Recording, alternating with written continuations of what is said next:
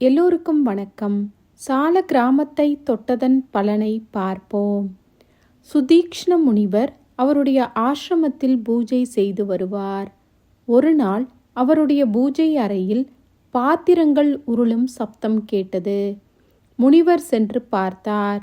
அவர் பூஜைக்கு வைத்திருந்த சால கிராமங்களை 2 குரங்குகள் தலைக்கு ஒன்றாக எடுத்து செல்வதை பார்த்துவிட்டார்.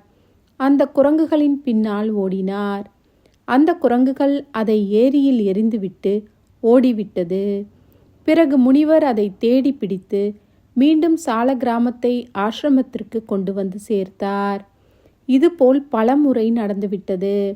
அதனால் முனிவருக்கு கோபம் வந்தது. எனினும் குரங்குகளுக்கு சாபம் கொடுத்து என்ன பயன் என்ற எண்ணம் அவருக்குள் தோன்றியது. பிறகு சிறிது யோசித்துவிட்டு, இனி நீங்கள் இருவரும் எதை தண்ணீரில் எறிந்தாலும் அது மிதக்கக் கடவது என்று சாபத்தை கொடுத்தார். இந்த முனிவரின் சாபமே வரமாக மாறியது. எப்படி என்றால், குரங்குகள் அந்த சால கிராம கற்களை தொட்டதனால்தான். அன்று முதல் குரங்குகள் அந்த சால கிராமங்களை ஏரியில் எறியும்போது மிதந்துவிடும். அதை முனிவர் எடுத்து வருவது வழக்கமாகிவிட்டது. சுதீக்ஷ்ண முனிவரால் சபிக்கப்பட்ட அந்த குரங்குகள்தான் ஸ்ரீராமாயணத்தில் சுக்ரீவனின் படை தளபதியாக வரும் நலன் மற்றும் நிலன் என்னும் வானர படை வீரர்கள். இந்த விஷயம் ஆஞ்சநேயருக்கு தெரிய வந்தது. ஆஞ்சநேயர் ஸ்ரீராமபிரானிடம் கூறினார். அதன்படியே சீதாதேவியை மீட்க இலங்கைக்கு போவதற்காக கடலில் சேது பாலம் அமைக்கப்பட்டது. அப்படி அமைக்கப்பட்ட போது மற்ற குரங்குகள் எடுத்து கொடுக்கும் அனைத்து கற்களையும் நலனும் நிலனும் மட்டுமே கடலில் வைக்க வேண்டும் என்று கட்டளையிட்டார்.